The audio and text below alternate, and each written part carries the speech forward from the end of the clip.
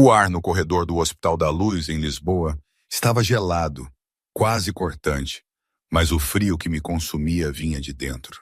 Pedro, com as costas apoiadas na parede branca e as mangas da camisa ainda manchadas do sangue escuro e seco do João, mal levantava os olhos. Eu, ali de longe, via-o e sentia uma ponta de pena, embora não soubesse explicar bem porquê. Era um dos deles, claro, um homem do João Ramalho, mas parecia quebrado. 3 semanas já tinham passado desde a noite em que vi, de relance, as luzes da ambulância acortarem a escuridão na Baixa Pombalina, perto daquele restaurante luxuoso. 3 semanas em que o cheiro a pólvora, diziam, ainda pairava para alguns, e os gritos de pneus no asfalto molhado eram quase uma memória partilhada. Lembro-me bem da imagem, o João, o tal rei de Lisboa, que construiu um império com mais balas do que planos de negócios, a desabar no chão, com os olhos fixos no céu, como se a própria morte o tivesse surpreendido por chegar tão sem pompa, assim de repente. Pedro tinha apanhado os 2 atiradores na hora, 2 tiros limpos, ouvi dizer. Mas não adiantou de muito, pois o João já estava a sangrar demais. Os seus olhos cinzentos já se tinham fechado.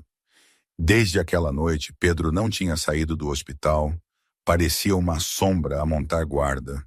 E eu, Ana Teixeira, uma mera mulher das limpezas, acabava por cruzar-me com ele todos os dias.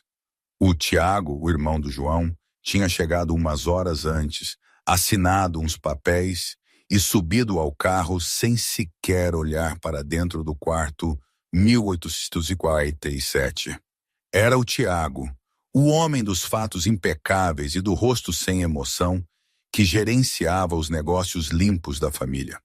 O Tiago, ouvi as enfermeiras dizerem a sussurrar, assinou a autorização para desligar as máquinas dentro de 72 horas. 72 horas. O corpo do João, o corpo daquele homem que eu mal conhecia, mas a quem falava todas as noites, estava a ceder. Os seus órgãos, a doutora Catarina Matos dissera, estavam a falhar mais rápido do que esperavam.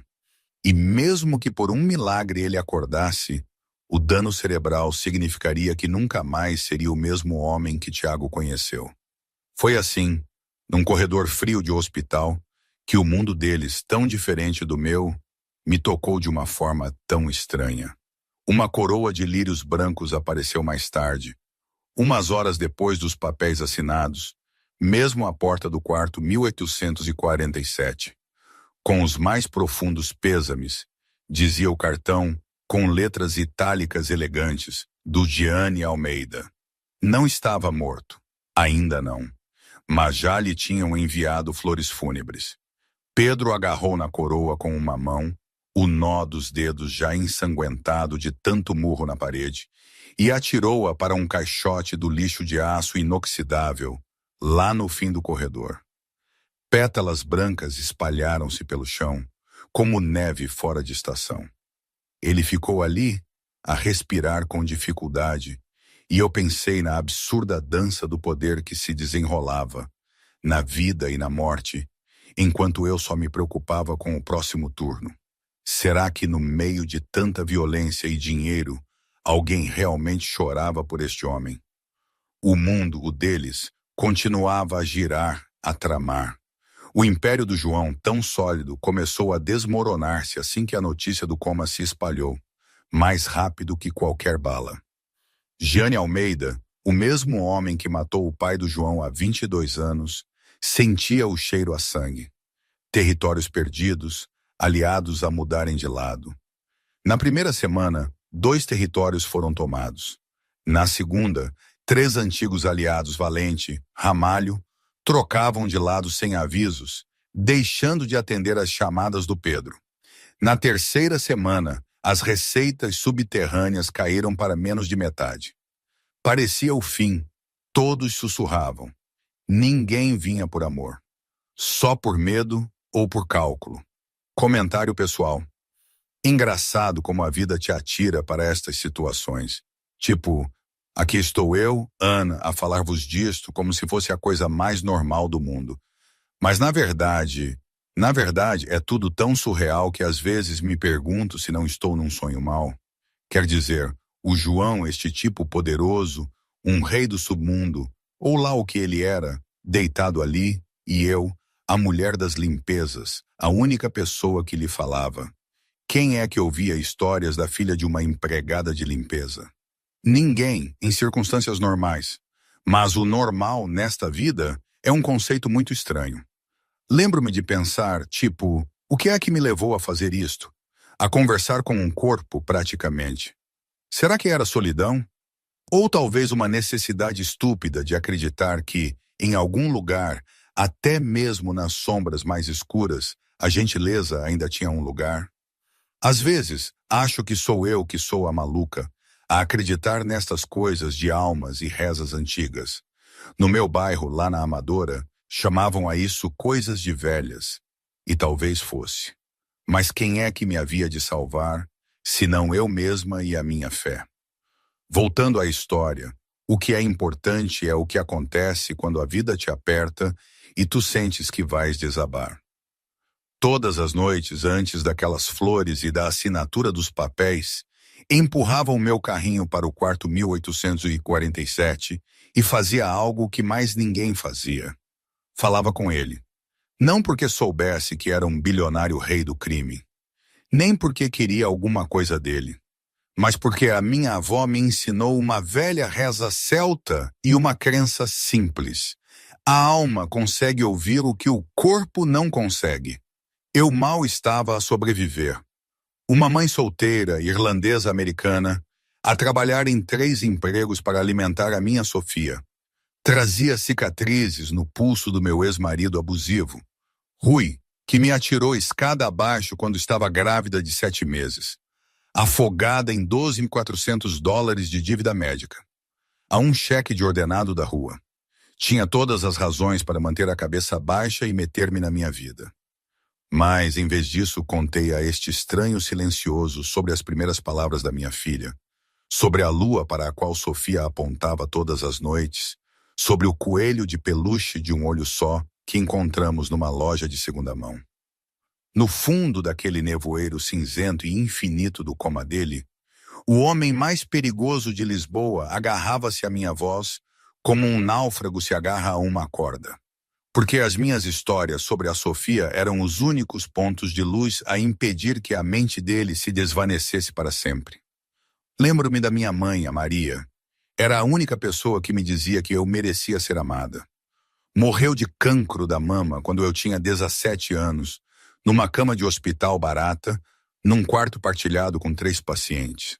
A última coisa que fez foi segurar a minha mão e sussurrar a reza celta que a avó me ensinou. Disse-me para nunca esquecer essa reza, porque chegaria um tempo em que eu precisaria dela mais do que de qualquer outra coisa no mundo. O meu pai, Paulo, lembro-me dele apenas pelo cheiro a uísque barato e pelo som da porta a bater à meia-noite. Partiu quando eu tinha 9 anos, deixando apenas contas por pagar e uma filha que aprendeu que os homens se vão embora. Sempre. A família na Irlanda, os parentes para quem a minha mãe ligava todos os natais, cortaram o contato depois da morte dela. Não por maldade, mas porque a pobreza dos 2 lados do Atlântico não permitia manter relações que não traziam benefícios práticos.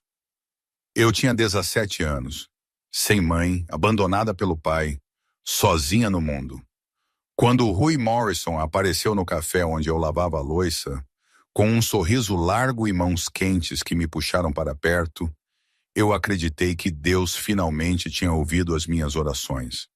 O Rui era 6 anos mais velho, canalizador, ganhava o suficiente para alugar um apartamento de 1 quarto em Algés. Nos primeiros 6 meses, foi o homem mais gentil que alguma vez conheci. Depois, nos 6 meses seguintes, tornou-se um pesadelo. Começou com palavras, observações cortantes sobre a minha estupidez, sobre a forma como cozinhava, como ria, como respirava. Depois veio o primeiro estalo, que o Rui chamou de acidente e chorou a pedir desculpa por 2 horas. Depois veio o segundo, sem desculpas. Depois o terceiro, o quarto, o quinto, até que parei de contar e parei de querer contar. Quando descobri que estava grávida, acreditei que o bebê mudaria o Rui, porque é isso que todas as mulheres desesperadas se dizem. Mas o Rui não mudou. Apenas encontrou mais razões para ter raiva. Naquela noite, quando eu estava grávida de 7 meses, disse ao Rui que queria ir embora porque tinha medo pela bebê, e o Rui empurrou-me. Não foi o empurrão mais forte que ele alguma vez deu, mas eu estava no topo das escadas e 12 degraus de madeira não exigem muita força para destruir tudo. Caí, o meu corpo a torcer no ar, e o meu único instinto foi enrolar-me em volta da minha barriga inchada com os 2 braços, deixando as minhas costas e pulsos baterem em cada degrau em vez da bebê. Fiquei no fundo das escadas com tanta dor que mal conseguia respirar, sangue a ensopar a roupa, o meu pulso esquerdo partido e a inchar. E o Rui ficou no topo das escadas, olhou para mim, depois saiu e fechou a porta. Eu deitei-me sozinha no chão de madeira frio, uma mão a apertar a barriga, a outra mole e partida ao meu lado. E comecei a recitar a reza celta que a minha mãe me ensinou, que a minha avó lhe ensinou, repetindo-a vezes sem conta, até que uma vizinha ouviu os meus gemidos e chamou uma ambulância. A Sofia nasceu 2 meses antes, por cirurgia de emergência no Hospital de Santa Maria, pesando menos de 2 quilos, tão pequena que cabia numa única mão adulta. Fiquei na mesa de operações a olhar para o teto branco. Perguntei à enfermeira se o Rui tinha vindo, e a enfermeira abanou a cabeça com um olhar de pena que eu já conhecia demasiado bem. O Rui não veio naquele dia. Não veio no dia seguinte. Não veio nunca mais. Desapareceu como o meu pai tinha desaparecido, deixando para trás uma longa cicatriz no meu pulso esquerdo e uma menina que teve de ficar numa incubadora por 3 semanas antes de ter força suficiente para ir para casa.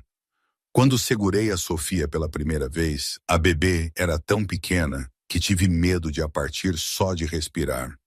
E sussurrei a reza celta para minha filha, dizendo-lhe que ficaríamos bem, embora não soubesse como.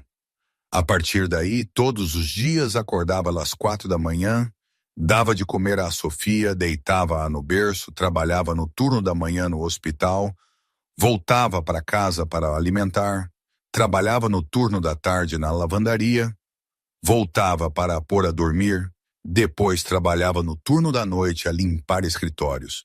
Não porque fosse corajosa. Eu nunca me achei corajosa. Simplesmente não tinha outra escolha senão aguentar-me.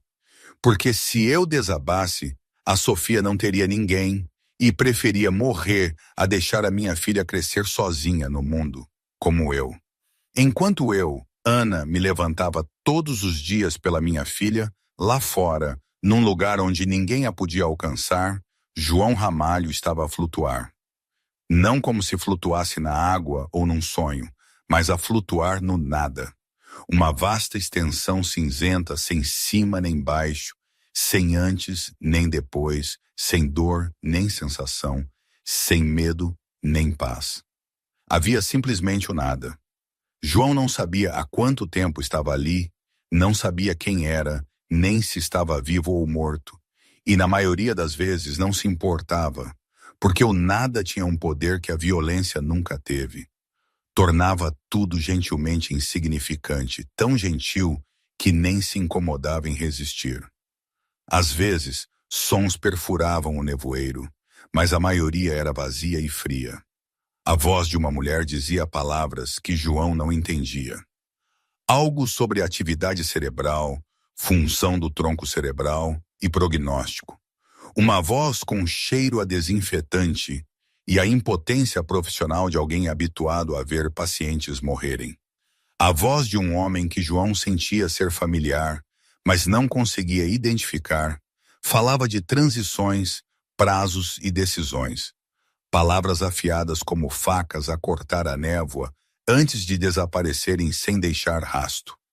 A voz de outro homem, mais jovem, pesada de culpa e raiva, dizia: "Chefe, por favor, acorde." Dizia que não conseguia aguentar tudo sozinho. Dizia que sentia muito por não ter sido rápido o suficiente.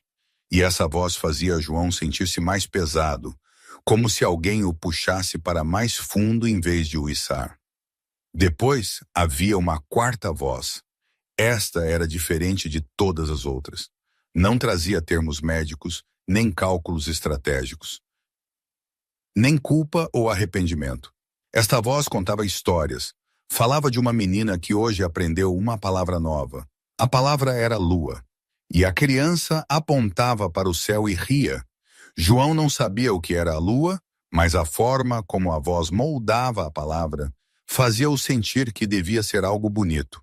Falava de um coelho de peluche sem um olho que a criança abraçava para dormir todas as noites.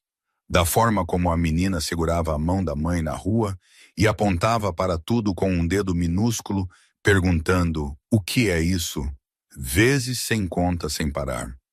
Às vezes, a voz falava de coisas tristes, de exaustão, de medo, de longas noites sem dormir. Mas mesmo na tristeza, a voz carregava algo que João não conseguia encontrar em nenhum outro som. Calor. Calor verdadeiro. Não o calor da lisonja, ou da lealdade obrigatória, ou do afeto condicional, mas o calor de alguém a falar com ele, sem outra razão senão acreditar que ele merecia ouvir uma voz gentil. João não sabia a quem pertencia a voz, não sabia como era ela, não sabia o que ela era para ele. Mas sempre que aparecia, o nevoeiro cinzento parecia dissipar-se um pouco. E sempre que desaparecia, a escuridão tornava-se mais pesada e João afastava-se ainda mais no nada onde tudo era insignificante. Essa voz era o único fio a que João ainda se agarrava. E ele agarrava-se a ela com o instinto mais profundo que lhe restava. O instinto que nenhum coma conseguia apagar. O instinto de alguém prestes a afogar-se que sabe que se soltar, não haverá uma segunda oportunidade. Naquela noite, antes do caos das máquinas a serem desligadas, eu cheguei ao hospital para o meu turno, como fazia todas as noites, empurrando o meu carrinho pelo corredor da ala privada. E antes que pudesse virar para o quarto 1847, a enfermeira Mariana saiu do posto de enfermagem e parou-me. A Mariana era uma mulher de meia-idade com cabelos grisalhos que sempre trazia pastilhas de menta no bolso e, às vezes, discretamente, deslizava-me uma caixa de leite da cafetaria do pessoal sem dizer uma palavra. O tipo de gentileza silenciosa que vem de trabalhar num hospital tempo suficiente para entender que, às vezes, uma caixa de leite gratuita é mais importante do que qualquer discurso de conforto. Mas naquela noite, Mariana não trazia pastilhas de menta nem leite. Trazia más notícias e puxou-me para um canto do corredor e disse-me o mais gentilmente que pôde que a família tinha decidido que em 72 horas iriam remover o tubo de ventilação do paciente no quarto 1847. E a Mariana achou que eu devia saber, porque me tinha visto a falar com o paciente todas as noites nas últimas 3 semanas. Fiquei ali, com as mãos ainda apoiadas na pega do carrinho, e chorei. Não soluçava, não emitia som nenhum, apenas lágrimas a escorrer pelas bochechas que nem me preocupei em limpar. E não percebia por que chorava. Não sabia o nome verdadeiro do homem até a 2ª semana, quando o li na ficha aos pés da cama. Não sabia o que ele fazia, onde vivia, se tinha alguma família ou amigos verdadeiros. Só sabia que durante 3 semanas lhe tinha contado tudo o que nunca contei a mais ninguém. Sobre a Sofia, sobre o medo, sobre as longas noites, sobre a pequena e frágil esperança que escondia no peito, como se, ao falá-la em voz alta, ela desaparecesse. E agora, a única pessoa no mundo que sabia tudo isso estava prestes a partir. Limpei os olhos com a manga e perguntei a Mariana se podia ir ao quarto uma última vez, só por uns minutos. E a Mariana acenou com a cabeça e virou-se para que eu não me sentisse envergonhada das minhas lágrimas. Entrei no quarto 1847, deixei o carrinho no corredor e pela primeira vez Não limpei, não passei panos, não mudei o saco do lixo. Simplesmente aproximei a cadeira de plástico branca da cama e sentei-me. O quarto parecia o mesmo de todas as noites, o bip constante das máquinas.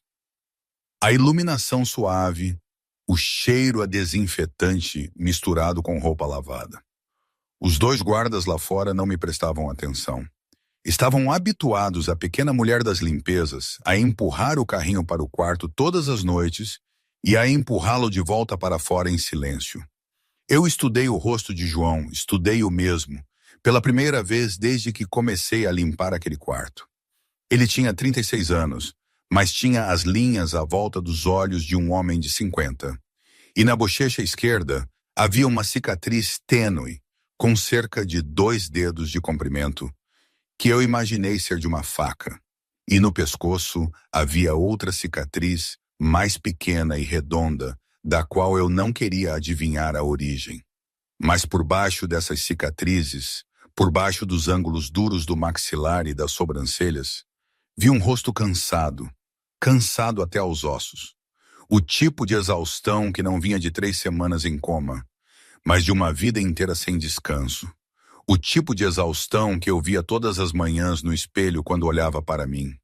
E pensei que talvez, antes de estar deitado nesta cama de hospital, este homem nunca tivesse realmente vivido, que ele apenas tinha estado a sobreviver dia a dia, tal como eu. Só que ele sobrevivia numa penthouse e eu, Ana, num estúdio na Amadora. Mas a solidão não se importava com códigos postais. Aproximei-me e comecei a falar. A minha voz um sussurro destinado apenas a mim. Disse que sentia muito. Sinto muito que ninguém o pudesse salvar. Sinto muito que este mundo trate as pessoas como se só importassem enquanto fossem úteis. Contei-lhe sobre o fio invisível.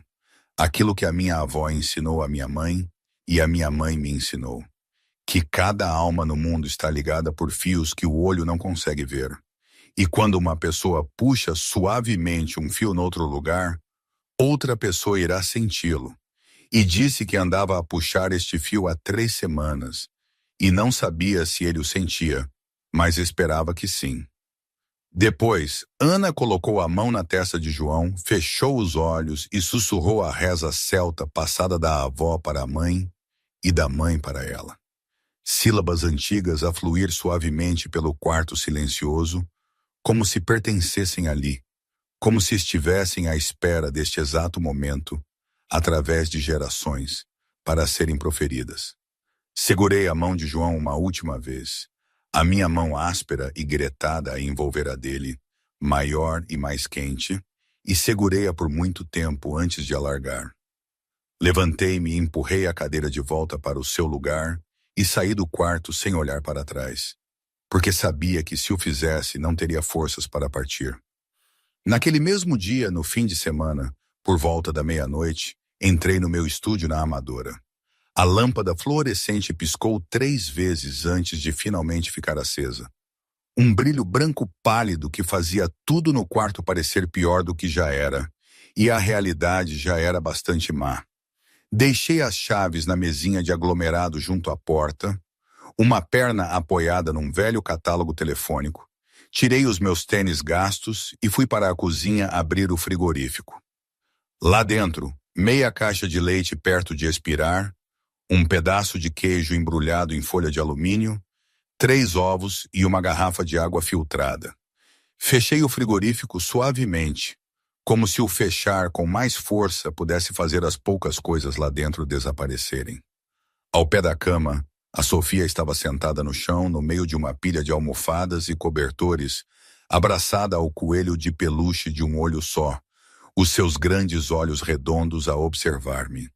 A senhora Doris, a minha vizinha, tinha voltado para a casa dela, lá no fundo do corredor, por volta das 21h, depois de dar a Sofia um jantar de arroz branco e ovo estrelado. Desde então, a Sofia tinha esperado sozinha no apartamento fechado, sem chorar, porque estava habituada a isso. Mal tinha 2 anos e já estava acostumada a esperar pela mãe, que saía e sempre voltava. E saber que a mãe voltaria era o suficiente. Sentei-me no chão ao lado dela. A Sofia inclinou a cabeça e olhou para mim com olhos demasiado velhos para a idade dela e perguntou: Mamã, triste, com uma voz minúscula e clara. Tentei sorrir e disse: Não, mamã só está cansada. Mas os meus olhos ainda estavam vermelhos de ter saído do quarto 1847, e eu sabia que não estava a enganar ninguém, nem uma criança, ainda não com 2 anos. O meu telemóvel vibrou no bolso. Tirei-o e senti o sangue nas veias gelar. Rui Esteves, 2 anos sem um sinal. 2 anos a começar, lentamente, a acreditar que ele tinha realmente ido embora. E agora, o nome dele aparecia no ecrã rachado do meu telemóvel como um fantasma de um pesadelo de que pensei ter acordado. A mensagem era curta, fria e calculada em cada palavra. Ele disse que tinha falado com um advogado, que iria pedir a custódia porque tinha ouvido que eu deixava a criança sozinha à noite para ir trabalhar. E isso era motivo para o tribunal reconsiderar. E que se eu quisesse resolver a situação em silêncio, deveria ligar-lhe. Eu sabia que o Rui tinha um registro de violência doméstica. Sabia que com esse registro, quase nenhum tribunal em Lisboa lhe concederia a custódia. Sabia que isso não passava de uma extorsão barata de um cobarde. Mas eu também sabia outra coisa que o Rui sabia melhor do que ninguém. Para responder a um processo, precisava de um advogado. E os advogados de família em Lisboa cobravam entre 300 e 500 euros por hora. E mesmo que eu ganhasse, as custas judiciais ainda ficariam entre 5.000 e 10.000 euros que eu não tinha. Nunca tive, e não fazia ideia de quando teria. O Rui não queria a Sofia. O Rui nunca quis a Sofia. Ele queria dinheiro, ou poder, ou ver-me assustada, ou os 3 ao mesmo tempo. E o pior era que estava a funcionar. Sentei-me no chão a olhar para a mensagem até as letras ficarem borradas pelas lágrimas. Depois apaguei-a com os dedos a tremer, como se apagar fizesse com que não fosse real. Pulsei o telemóvel virado para baixo no chão e puxei a Sofia para os meus braços e segurei-a com força. A criança não percebia o que estava a acontecer, mas os instintos de uma criança criada na instabilidade fizeram a Sofia ficar em silêncio e abraçar-me de volta com os 2 braços pequenos, uma mão ainda a agarrar a orelha do coelho de peluche de um olho só. Chorei sem som, o tipo de choro que dominava depois de anos de prática. Ombros a tremer, respiração a falhar, mas sem que um único barulho escapasse, porque não queria que a Sofia ouvisse. E enquanto estava sentada ali, no chão frio do estúdio, com a minha filha nos braços, pensei na dívida hospitalar de 12.400 euros de 2 meses antes, quando a Sofia foi internada com pneumonia no Hospital de Santa Maria. 3 noites na unidade de emergência pediátrica, fluidos intravenosos, antibióticos, radiografias ao tórax, e quando a conta chegou, quase desmaiei, porque o Serviço Nacional de Saúde tinha recusado uma grande parte devido a um erro burocrático, uma única caixa que tinha esquecido de preencher no formulário de renovação, um pequeno e estúpido erro que não tive tempo de corrigir. Porque naquele dia tinha estado a correr entre 3 empregos e a alimentar a Sofia num autocarro, e agora aquele erro tinha se transformado em 12.400 euros de dívida. Com uma agência de cobrança a ligar todas as semanas com a mesma voz robótica e educada. Segurei a Sofia com mais força e fechei os olhos. E senti o abismo mesmo debaixo dos meus pés. Não um abismo metafórico, mas um real. O tipo onde mais um empurrão me faria cair e não haveria ninguém para me segurar. A Sofia começou a tossir às 2 da manhã. Um som seco e áspero, como pedras a ranger dentro do seu peito minúsculo, e às 3 o corpo dela estava a arder tanto que lhe encostei a mão na testa e recuei. Eu não tinha termômetro, porque o velho tinha ficado sem pilhas no mês anterior e não tinha conseguido comprar um novo. Mas não precisava de termômetro para saber que esta febre era pior do que as outras. A Sofia estava deitada na cama com os olhos bem fechados, as bochechas coradas, o suor a molhar o cabelo fino, ocasionalmente a soltar um gemido suave, antes de outro acesso de tosse a apanhar e a encolher o seu pequeno corpo. Corri para a cozinha, abri a torneira da água fria, molhei um pano, voltei para o colocar na testa da minha filha, virei-o, molhei-o de novo, voltei a colocá-lo, repetindo o ciclo das 3 horas às 4 horas da manhã no apartamento silencioso, interrompido apenas pela tosse da minha filha e pelo gotejar da água do pano molhado. Dei a Sofia metade da última dose de medicamento para a febre infantil que restava na garrafa, inclinando-a cuidadosamente para apanhar todas as gotas. Depois sentei-me contra a parede, segurando-a e esperando que fizesse efeito. Pelas 4 horas, a febre aliviou ligeiramente, mas a tosse não parou. Fiquei ali a observar o céu a começar a clarear pela janela suja, enquanto a minha mente girava em cálculos sem respostas. Era domingo. A senhora Doris tinha dito no dia anterior que ia a Cascais visitar a filha e a neta, e não voltaria antes do fim da noite. Não, senhora Doris significava que não havia ninguém para cuidar da Sofia. Eu não tinha amigos próximos neste prédio, nem família nesta cidade, ninguém no mundo, exceto a vizinha coreana que tinha ido a Cascais. A clínica gratuita na Avenida de Roma, onde eu costumava levar a Sofia sempre que ela ficava doente, estava fechada aos domingos e só reabria na segunda-feira. Levá-la às urgências significava mais uma conta que eu não podia pagar, a somar aos 12.400 euros que já me esmagavam.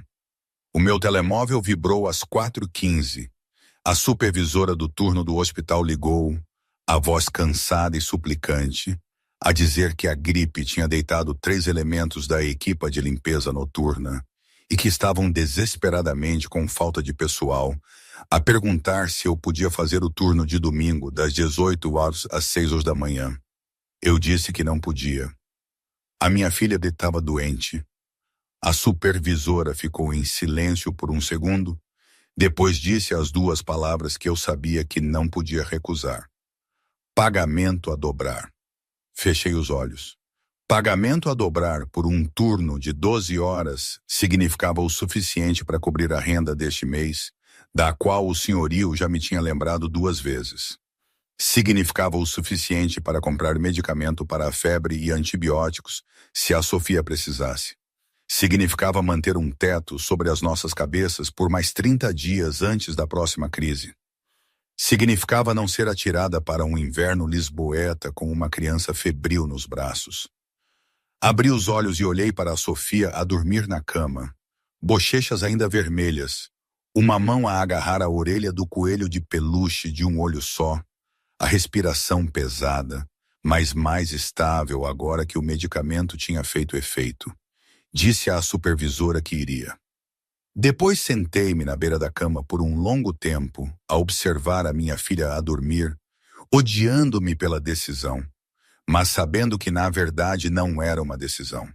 Era uma rendição ao tipo de aritmética que as pessoas pobres são forçadas a resolver todos os dias. Equações onde cada resposta está errada e só podes escolher a que está menos errada. O que é que fariam vocês? Não tinha grandes opções, pois não? Às 17 horas, eu, Ana, dei um banho de água morna à Sofia, vesti-lhe o pijama mais limpo que tinha, dei-lhe um pouco de xarope para a tosse que encontrei no fundo do armário, que estava 2 meses fora do prazo, mas era melhor que nada. Enrolei a Sofia no cobertor mais grosso que tínhamos, coloquei o coelho de peluche de um olho só na mão dela, puxei um gorro de malha pela cabeça e levantei-a para o meu ombro. A Sofia não chorou, apenas encostou a cabeça ao meu pescoço e respirou quente através da minha camisola. E saí do estúdio.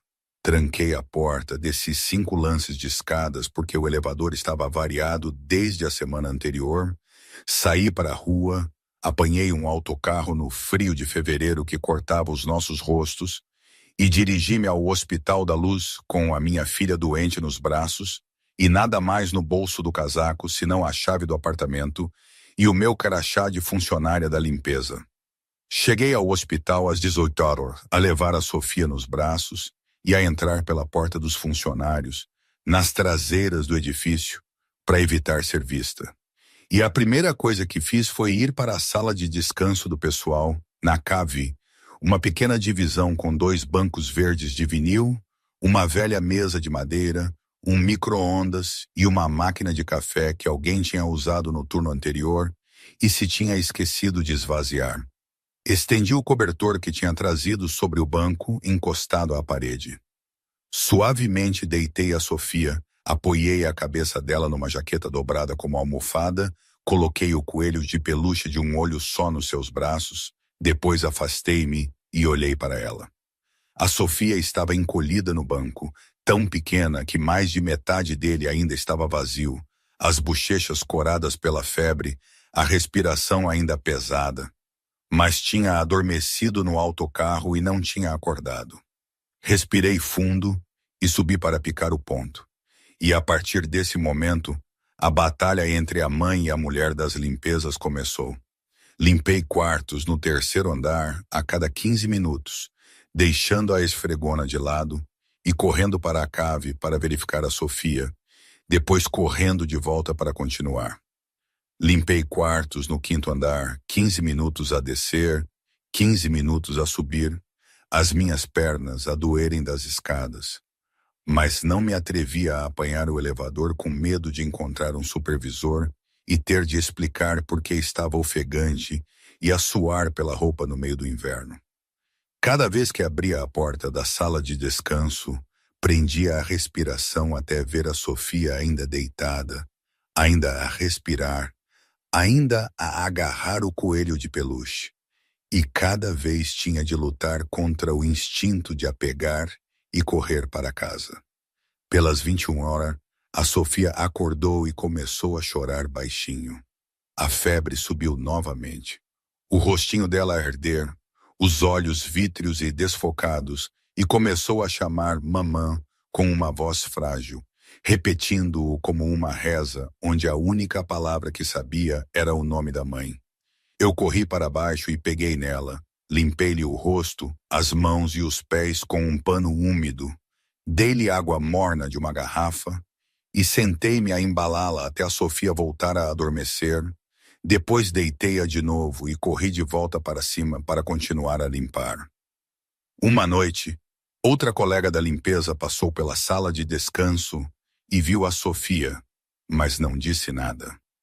Apenas olhou para mim com um olhar cúmplice de alguém que vem da mesma vida e continuou a andar, porque todos na equipa de limpeza noturna tinham uma história semelhante. Todos tinham um filho em casa ou um parente doente que tinham de deixar de lado para vir trabalhar, e ninguém tinha coragem de julgar. Às 23 horas, olhei para a lista de atribuição de quartos e vi o quarto 1847.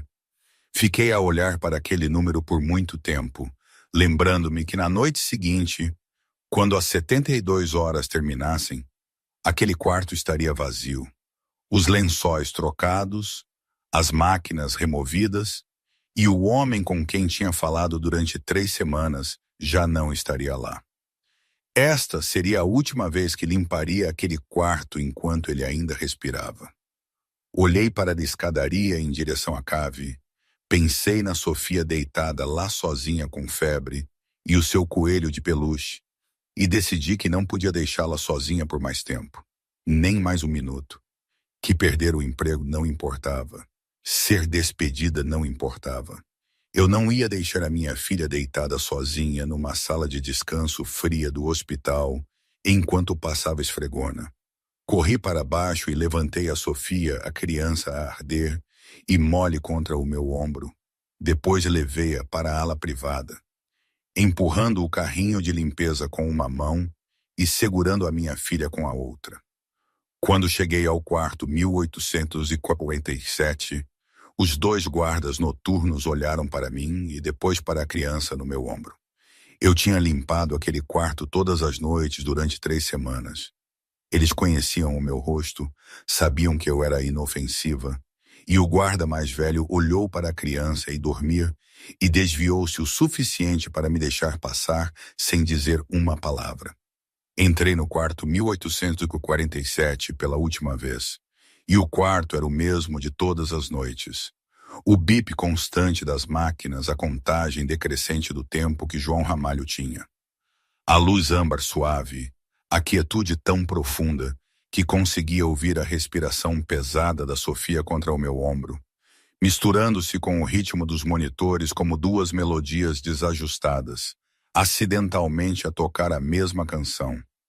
Comecei a limpar o quarto com uma mão, a outra a segurar a Sofia contra a minha anca. E eu estava habituada a fazer tudo com uma mão desde que a Sofia nasceu. Por isso, limpar mesas ou mudar sacos do lixo não era o problema. Mas a Sofia era, porque a febre tornava a criança irrequieta e desconfortável, e ela recusava-se a ficar quieta em qualquer lugar. Tentei colocar a Sofia na cadeira de plástico no quarto, mas a criança chorou no momento em que as costas tocaram a superfície fria.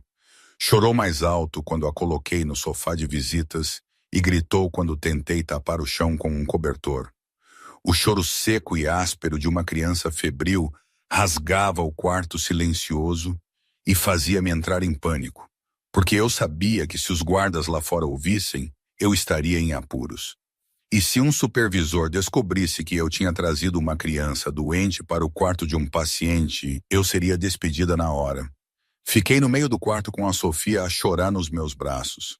O suor a escorrer pelas minhas têmporas, a procurar desesperadamente por um lugar qualquer, quente o suficiente e macio o suficiente para a Sofia se aconchegar.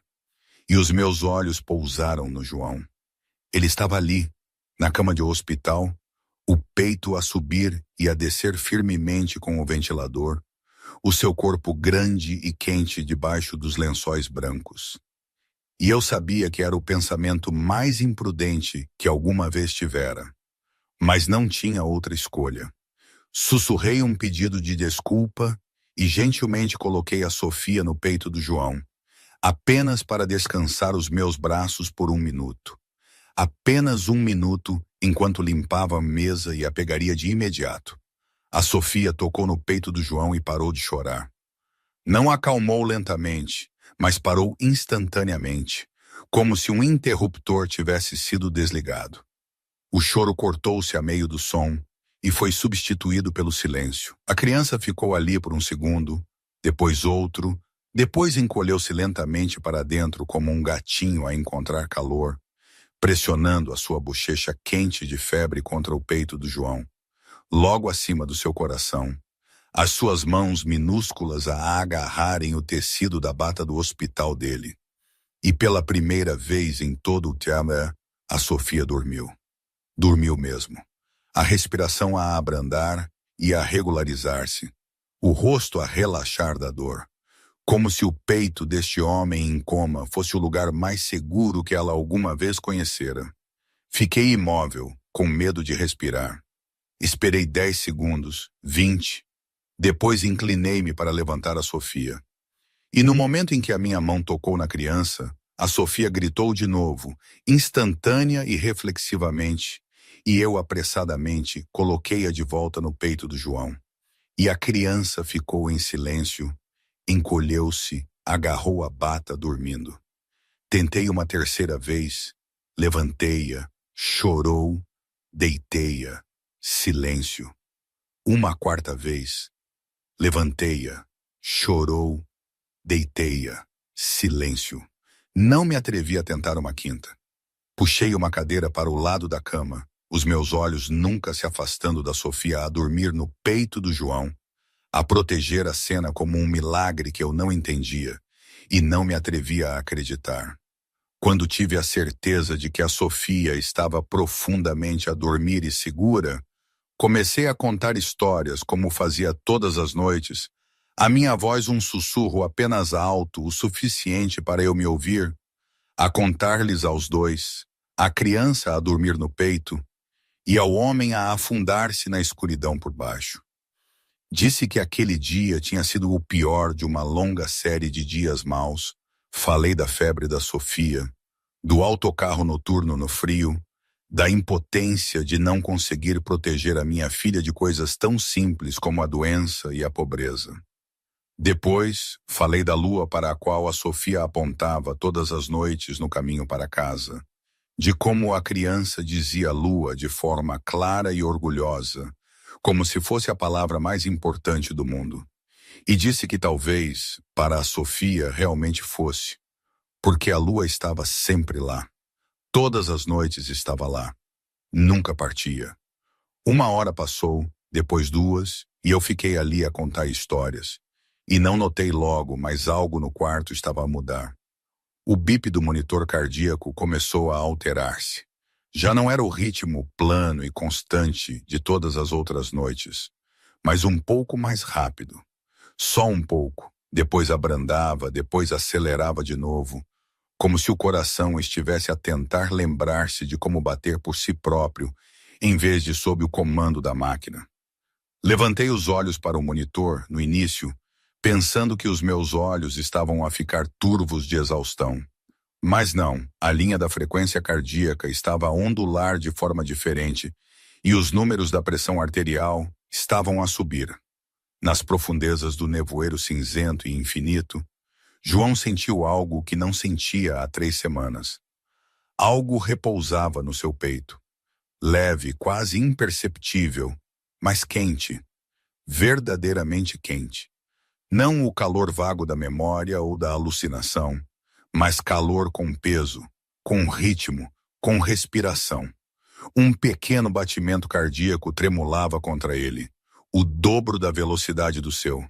Rápido e frágil como as asas de uma borboleta dentro do seu peito, e João sentia-o através de todas as camadas de coma e nada. Depois veio o cheiro. Leite quente, talco e suor de criança. Um cheiro que ele nunca conhecera, porque nunca estivera perto de uma criança tempo suficiente para saber como elas cheiravam. No entanto, o instinto mais profundo nele reconheceu-o instantaneamente.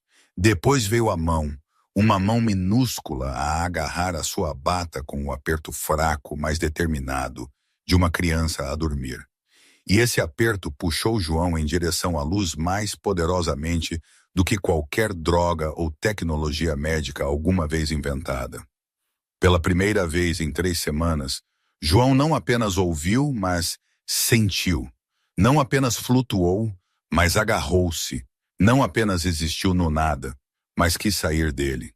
A voz familiar ainda estava lá, a falar da lua, a puxá-lo para mais perto, mas foi o calor no seu peito que o forçou a escolher entre largar e agarrar.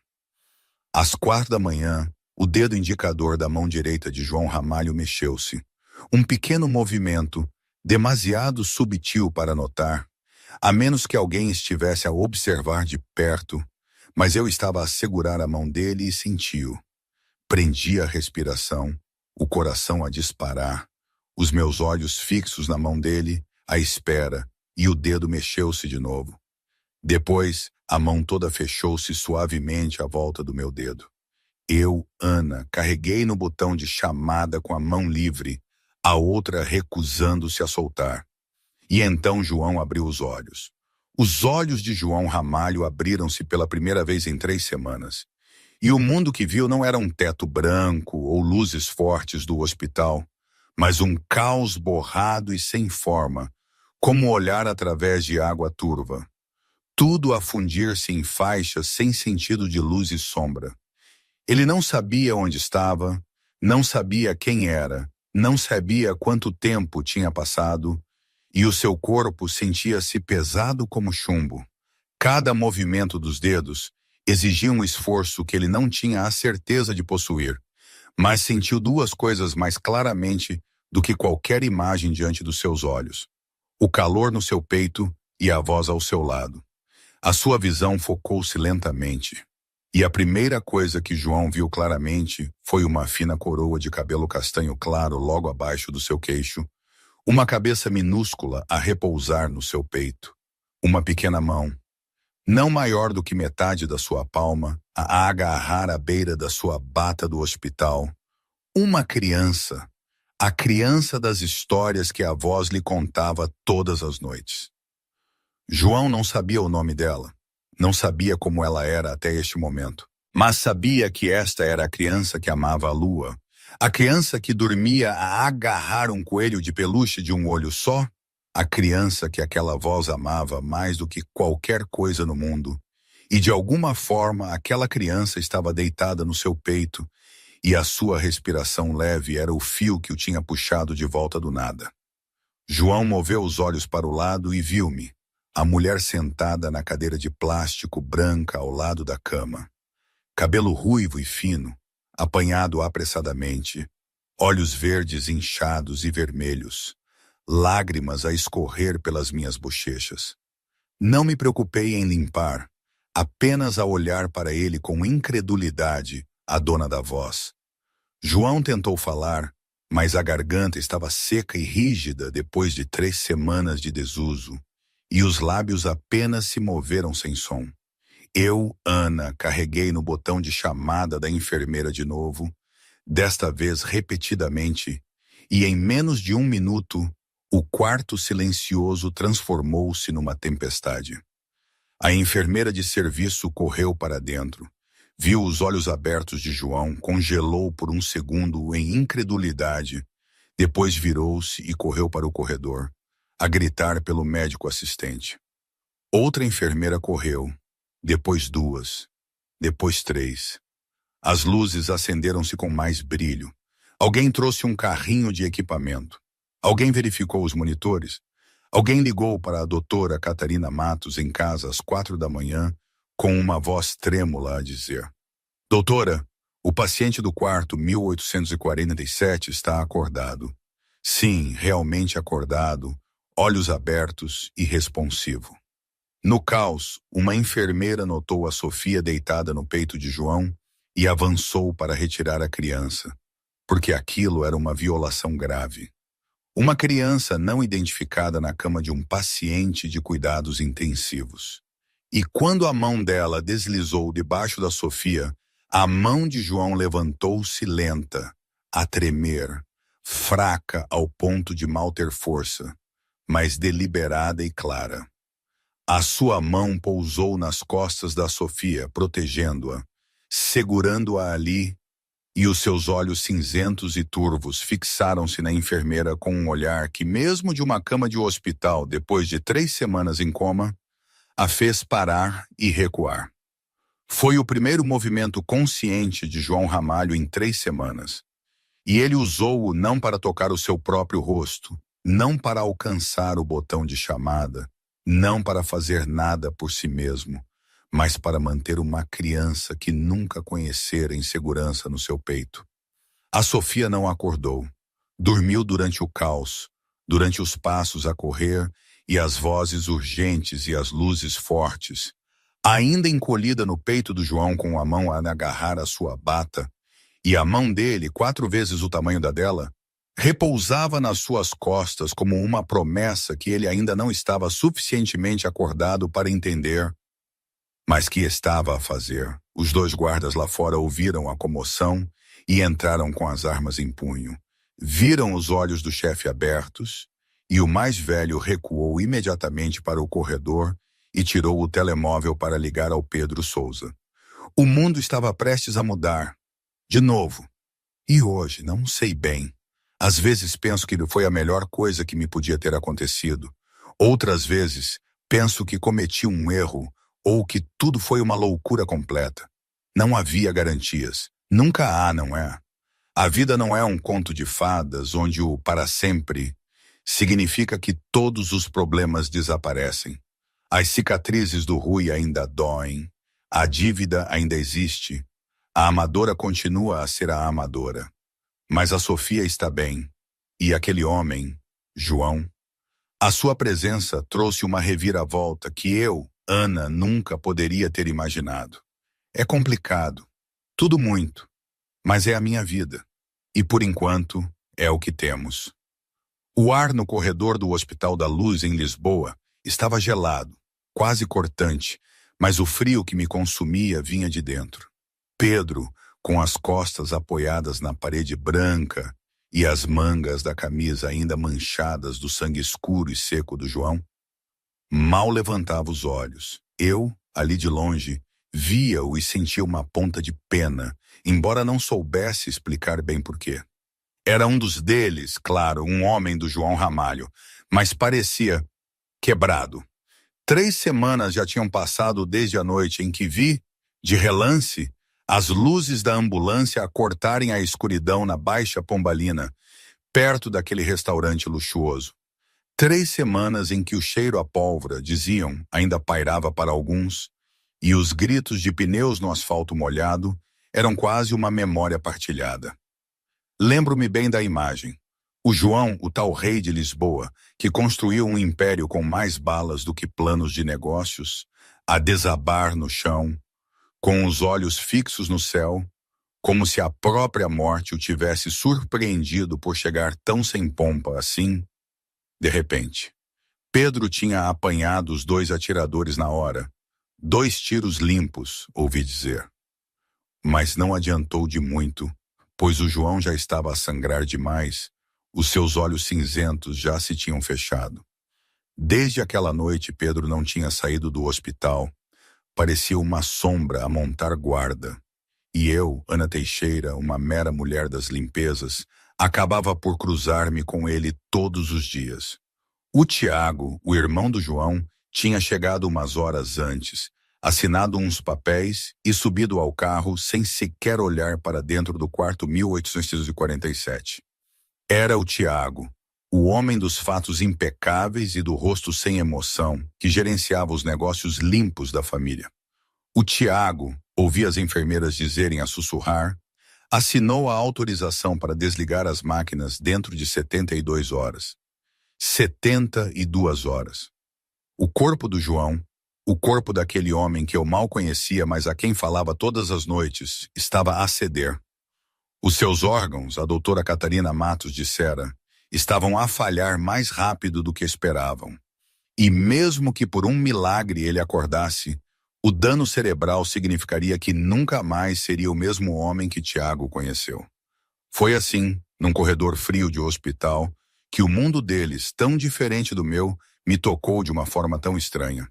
Uma coroa de lírios brancos apareceu mais tarde, umas horas depois dos papéis assinados, mesmo à porta do quarto 1847, com os mais profundos pêsames, dizia o cartão, com letras itálicas elegantes, do Gianni Almeida. Não estava morto, ainda não, mas já lhe tinham enviado flores fúnebres.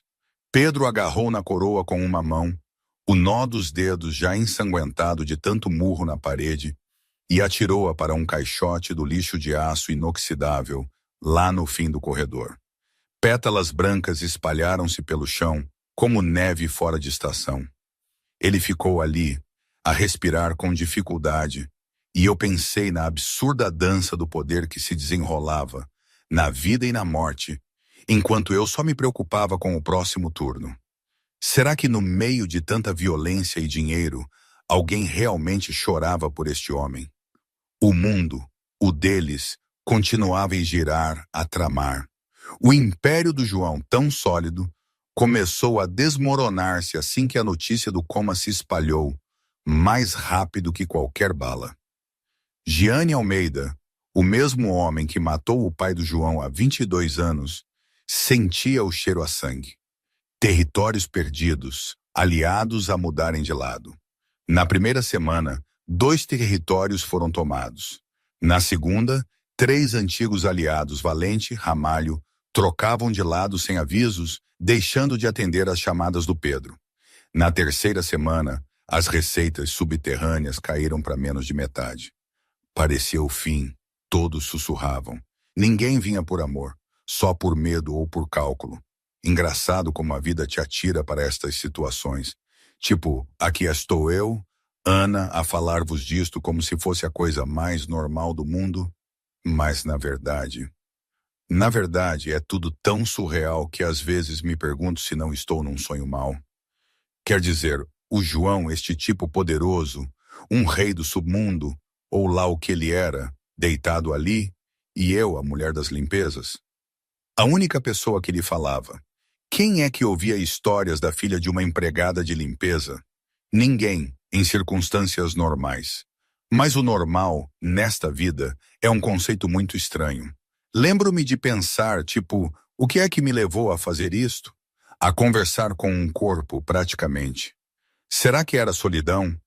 Ou talvez uma necessidade estúpida de acreditar que, em algum lugar, até mesmo nas sombras mais escuras, a gentileza ainda tinha um lugar. Às vezes, acho que sou eu que sou a maluca a acreditar nestas coisas de almas e rezas antigas.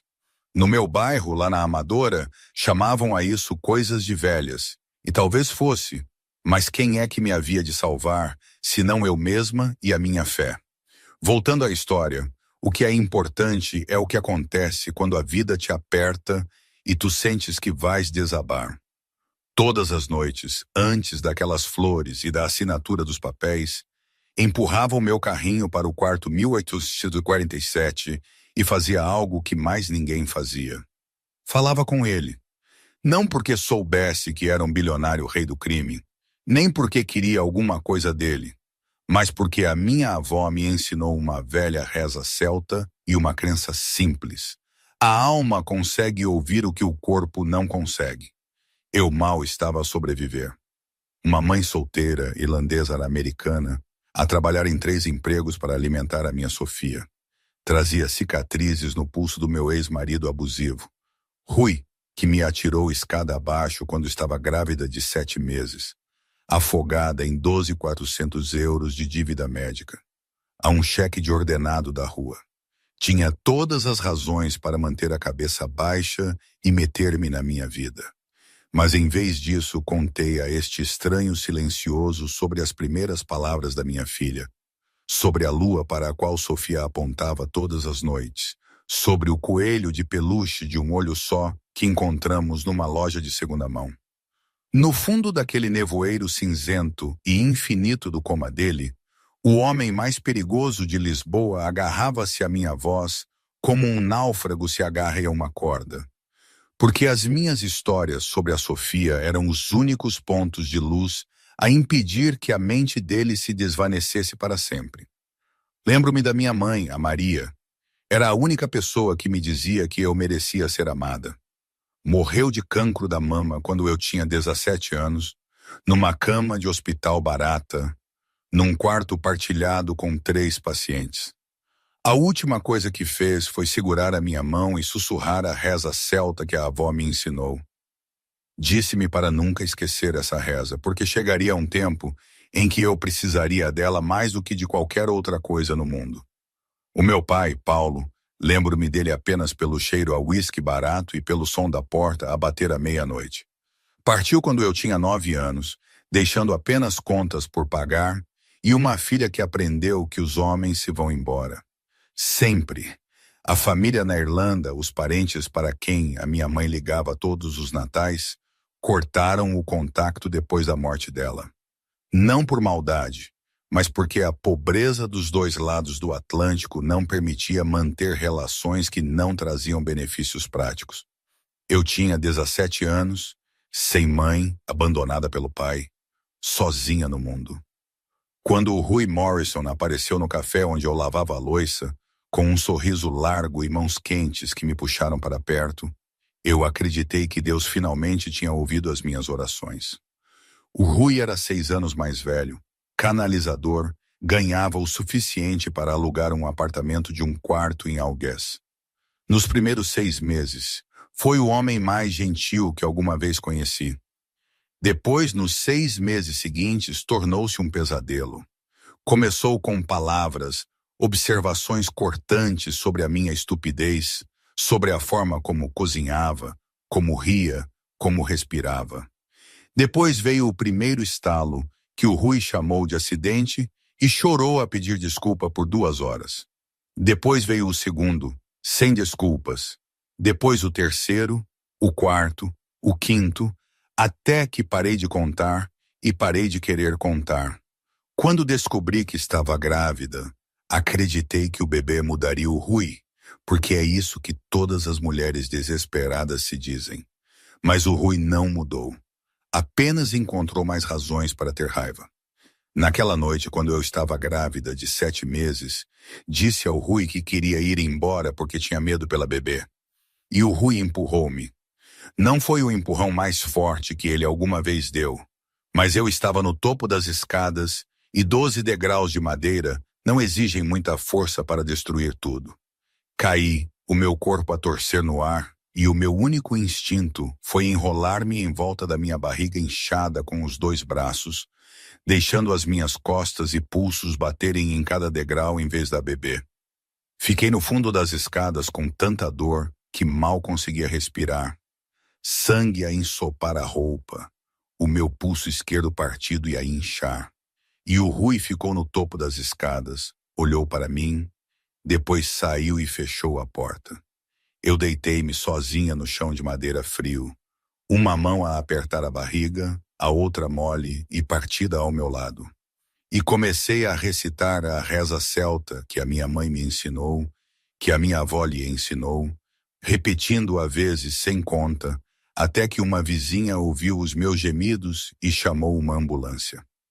A Sofia nasceu 2 meses antes, por cirurgia de emergência no Hospital de Santa Maria, pesando menos de 2 quilos, tão pequena que cabia numa única mão adulta.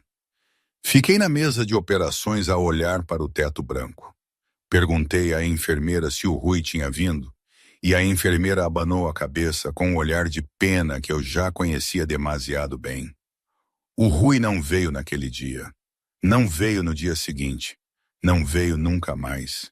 Desapareceu como o meu pai tinha desaparecido, deixando para trás uma longa cicatriz no meu pulso esquerdo e uma menina que teve de ficar numa incubadora por 3 semanas antes de ter força suficiente para ir para casa.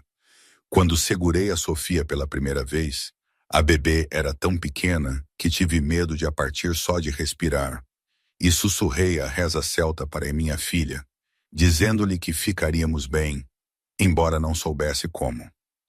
A partir daí, todos os dias acordava às 4 da manhã, dava de comer à Sofia, deitava-a no berço, trabalhava no turno da manhã no hospital, voltava para casa para alimentar, trabalhava no turno da tarde na lavandaria, voltava para pôr a dormir, depois trabalhava no turno da noite a limpar escritórios.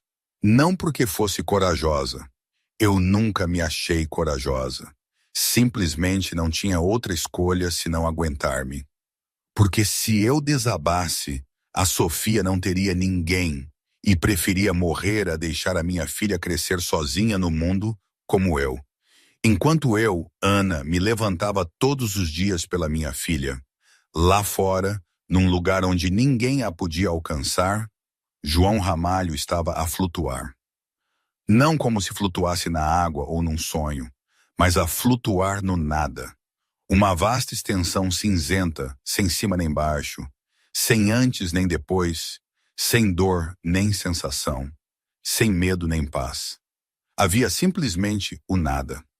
João não sabia há quanto tempo estava ali, não sabia quem era, nem se estava vivo ou morto. E na maioria das vezes não se importava, porque o nada tinha um poder que a violência nunca teve. Tornava tudo gentilmente insignificante, tão gentil que nem se incomodava em resistir. Às vezes, sons perfuravam o nevoeiro, mas a maioria era vazia e fria. A voz de uma mulher dizia palavras que João não entendia. Algo sobre atividade cerebral, função do tronco cerebral e prognóstico. Uma voz com cheiro a desinfetante e a impotência profissional de alguém habituado a ver pacientes morrerem. A voz de um homem que João sentia ser familiar, mas não conseguia identificar, falava de transições, prazos e decisões. Palavras afiadas como facas a cortar a névoa, antes de desaparecerem sem deixar rasto. A voz de outro homem, mais jovem, pesada de culpa e raiva, dizia: "Chefe, por favor, acorde!" Dizia que não conseguia aguentar tudo sozinho. Dizia que sentia muito por não ter sido rápido o suficiente. E essa voz fazia João sentir-se mais pesado, como se alguém o puxasse para mais fundo, em vez de o içar. Depois havia uma quarta voz. Esta era diferente de todas as outras. Não trazia termos médicos, nem cálculos estratégicos, nem culpa ou arrependimento. Esta voz contava histórias. Falava de uma menina que hoje aprendeu uma palavra nova. A palavra era lua, e a criança apontava para o céu e ria. João não sabia o que era a lua, mas a forma como a voz moldava a palavra fazia-o sentir que devia ser algo bonito. Falava de um coelho de peluche sem um olho que a criança abraçava para dormir todas as noites. Da forma como a menina segurava a mão da mãe na rua e apontava para tudo com um dedo minúsculo, perguntando: "O que é isso?" Vezes sem conta, sem parar. Às vezes, a voz falava de coisas tristes, de exaustão, de medo, de longas noites sem dormir.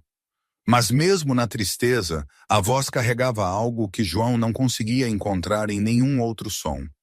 Calor. Calor verdadeiro. Não o calor da lisonja, ou da lealdade obrigatória, ou do afeto condicional. Mas o calor de alguém a falar com ele sem outra razão, senão acreditar que ele merecia ouvir uma voz gentil. João não sabia a quem pertencia a voz. Não sabia como era ela. Não sabia o que ela era para ele. Mas sempre que aparecia, o nevoeiro cinzento parecia dissipar-se um pouco. E sempre que desaparecia, a escuridão tornava-se mais pesada, e João afastava-se ainda mais, no nada onde tudo era insignificante. Essa voz era o único fio a que João ainda se agarrava. E ele agarrava-se a ela com o instinto mais profundo que lhe restava. O instinto que nem um coma conseguia apagar. O instinto de alguém prestes a afogar-se, que sabe que se soltar, não haverá uma segunda oportunidade. Naquela noite, antes do caos das máquinas a serem desligadas, eu cheguei ao hospital para o meu turno, como fazia todas as noites, empurrando o meu carrinho pelo corredor da ala privada. E antes que pudesse virar para o quarto 1847, a enfermeira Mariana saiu do posto de enfermagem e parou-me. A Mariana era uma mulher de meia-idade com cabelos grisalhos que sempre trazia pastilhas de menta no bolso e, às vezes, discretamente, deslizava-me uma caixa de leite da cafetaria do pessoal sem dizer uma palavra. O tipo de gentileza silenciosa que vem de trabalhar num hospital tempo suficiente para entender que, às vezes, uma caixa de leite gratuita é mais importante do que qualquer discurso de conforto. Mas naquela noite, Mariana não trazia pastilhas de menta nem leite. Trazia más notícias e puxou-me para um canto do corredor e disse-me o mais gentilmente que pôde que a família tinha decidido que em 72 horas iriam remover o tubo de ventilação do paciente no quarto 1847. E a Mariana achou que eu devia saber, porque me tinha visto a falar com o paciente todas as noites nas últimas 3 semanas. Fiquei ali, com as mãos ainda apoiadas na pega do carrinho, e chorei. Não soluçava, não emitia som nenhum, apenas lágrimas a escorrer pelas bochechas que nem me preocupei em limpar. E não percebia porque chorava. Não sabia o nome verdadeiro do homem até a 2ª semana, quando o li na ficha aos pés da cama. Não sabia o que ele fazia, onde vivia, se tinha alguma família ou amigos verdadeiros. Só sabia que durante 3 semanas lhe tinha contado tudo o que nunca contei a mais ninguém. Sobre a Sofia, sobre o medo, sobre as longas noites, sobre a pequena e frágil esperança que escondia no peito, como se, ao falá-la em voz alta, ela desaparecesse. E agora, a única pessoa no mundo que sabia tudo isso estava prestes a partir. Limpei os olhos com a manga e perguntei a Mariana se podia ir ao quarto uma última vez, só por uns minutos, e a Mariana acenou com a cabeça e virou-se para que eu não me sentisse envergonhada das minhas lágrimas. Entrei no quarto 1847, deixei o carrinho no corredor e pela primeira vez não limpei, não passei panos, não mudei o saco do lixo. Simplesmente aproximei a cadeira de plástico branca da cama e sentei-me. O quarto parecia o mesmo de todas as noites. O bip constante das máquinas, A iluminação suave, o cheiro a desinfetante misturado com roupa lavada. Os dois guardas lá fora não me prestavam atenção. Estavam habituados à pequena mulher das limpezas a empurrar o carrinho para o quarto todas as noites e a empurrá-lo de volta para fora em silêncio. Eu estudei o rosto de João, estudei-o mesmo, pela primeira vez desde que comecei a limpar aquele quarto. Ele tinha 36 anos, mas tinha as linhas à volta dos olhos de um homem de 50. E na bochecha esquerda havia uma cicatriz tênue, com cerca de 2 dedos de comprimento, que eu imaginei ser de uma faca. E no pescoço havia outra cicatriz, mais pequena e redonda, da qual eu não queria adivinhar a origem. Mas por baixo dessas cicatrizes, por baixo dos ângulos duros do maxilar e das sobrancelhas, vi um rosto cansado até aos ossos. O tipo de exaustão que não vinha de 3 semanas em coma, mas de uma vida inteira sem descanso. O tipo de exaustão que eu via todas as manhãs no espelho quando olhava para mim. E pensei que talvez, antes de estar deitado nesta cama de hospital, este homem nunca tivesse realmente vivido, que ele apenas tinha estado a sobreviver dia a dia, tal como eu. Só que ele sobrevivia numa penthouse e eu, Ana, num estúdio na Amadora. Mas a solidão não se importava com códigos postais. Aproximei-me e comecei a falar. A minha voz um sussurro destinado apenas a mim. Disse que sentia muito. Sinto muito que ninguém o pudesse salvar. Sinto muito que este mundo trate as pessoas como se só importassem enquanto fossem úteis. Contei-lhe sobre o fio invisível, aquilo que a minha avó ensinou à minha mãe e a minha mãe me ensinou, que cada alma no mundo está ligada por fios que o olho não consegue ver. E quando uma pessoa puxa suavemente um fio noutro lugar, outra pessoa irá senti-lo. E disse que andava a puxar este fio há 3 semanas e não sabia se ele o sentia, mas esperava que sim. Depois, Ana colocou a mão na testa de João, fechou os olhos e sussurrou a reza celta passada da avó para a mãe e da mãe para ela. Sílabas antigas a fluir suavemente pelo quarto silencioso, como se pertencessem ali, como se estivessem à espera deste exato momento, através de gerações para serem proferidas. Segurei a mão de João uma última vez, a minha mão áspera e gretada a envolver a dele, maior e mais quente, e segurei-a por muito tempo antes de alargar. Levantei-me e empurrei a cadeira de volta para o seu lugar e saí do quarto sem olhar para trás, porque sabia que se o fizesse, não teria forças para partir. Naquele mesmo dia, no fim de semana, por volta da meia-noite, entrei no meu estúdio na Amadora. A lâmpada fluorescente piscou 3 vezes antes de finalmente ficar acesa, um brilho branco pálido que fazia tudo no quarto parecer pior do que já era. E a realidade já era bastante má. Deixei as chaves na mesinha de aglomerado junto à porta, uma perna apoiada num velho catálogo telefônico. Tirei os meus tênis gastos e fui para a cozinha abrir o frigorífico. Lá dentro, meia caixa de leite perto de expirar, um pedaço de queijo embrulhado em folha de alumínio, 3 ovos e uma garrafa de água filtrada. Fechei o frigorífico suavemente, como se o fechar com mais força pudesse fazer as poucas coisas lá dentro desaparecerem. Ao pé da cama, a Sofia estava sentada no chão, no meio de uma pilha de almofadas e cobertores, abraçada ao coelho de peluche de um olho só, os seus grandes olhos redondos a observar-me. A senhora Doris, a minha vizinha, tinha voltado para a casa dela, lá no fundo do corredor, por volta das 21 horas, depois de dar à Sofia um jantar de arroz branco e ovo estrelado. Desde então, a Sofia tinha esperado sozinha no apartamento fechado, sem chorar, porque estava habituada a isso. Mal tinha 2 anos e já estava acostumada a esperar pela mãe, que saía e sempre voltava. E saber que a mãe voltaria era o suficiente. Sentei-me no chão ao lado dela. A Sofia inclinou a cabeça e olhou para mim com olhos demasiado velhos para a idade dela e perguntou: "Mamã triste?", com uma voz minúscula e clara. Tentei sorrir e disse: Não, mamã só está cansada. Mas os meus olhos ainda estavam vermelhos de ter saído do quarto 1847. E eu sabia que não estava a enganar